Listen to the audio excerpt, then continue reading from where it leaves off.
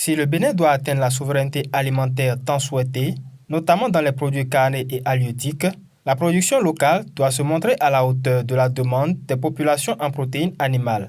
Afin de définir les stratégies d'amélioration de la compétitivité des filières viande, poissons et dérivés produits localement face à la concurrence des produits importés, la Commission permanente Agriculture, Élevage et Pêche, Arboriculture et Foresterie de l'Académie nationale des sciences, arts et lettres du Bénin a organisé du 17 au 18 octobre 2022 à Grand Popo un atelier axé sur le thème « Compétitivité de la production locale des animaux d'élevage face à l'importation des produits carnés et halieutiques, volailles, poissons et dérivés ». Ces dernières décennies, les productions animales et halieutiques locales sont en constante augmentation, traduisant les efforts constants des gouvernements successifs pour l'amélioration du secteur agricole en général et celui de l'élevage en particulier. Cependant, il est à noter que depuis quelque temps, la demande en viande dépasse en tonnes ce qui est produit localement.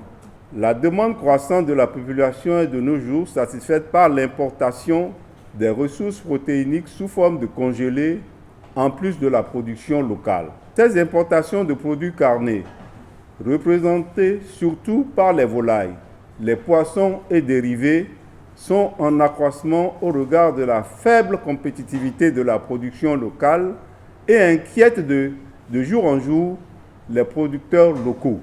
Représentants des ATDA 2 et 7, universitaires, agronomes, organisations professionnelles de production animale et halieutique, techniciens, importateurs et producteurs locaux ont participé activement aux communications et débats qui ont meublé ces 2 jours d'activité.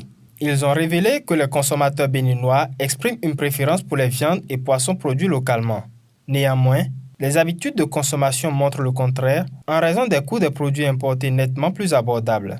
Cet état de choses suggère que des efforts doivent s'accentuer sur l'amélioration des rendements à travers des stratégies rigoureuses que les communicateurs ont partagées avec les participants. Très édifiés après ces échanges, ils se disent satisfaits d'avoir des orientations claires qui vont permettre de renverser la tendance actuelle. Je suis parvenu quand même à dire que 2 éléments clés doivent être gardés à l'esprit, c'est-à-dire l'amélioration de la productivité et la facilitation de la réalisation d'économies d'échelle au niveau de nos productions, qui sont déjà très aimées. Ça, c'est un point très fort. C'est des produits aimés, donc il n'y a pas de moyens, si ce n'est pas le coût, ça devait aller de soi. C'est un plaisir pour nous, en tant qu'entreprise, de participer à cet atelier pour vraiment apprécier tout ce qui empêche le secteur d'être vraiment compétitif, le secteur des ressources animales d'être vraiment compétitif et les points d'amélioration qu'il faut apporter pour permettre une meilleure prospérité des affaires et surtout un partage des revenus entre les acteurs. J'espère que ceci n'est que le début d'une collaboration entre tous les acteurs, des universitaires, des opérateurs, des gens qui sont là pour faire avancer cette sécurité alimentaire au Bénin, qu'elle soit financière, qu'elle soit, on va dire, sanitaire.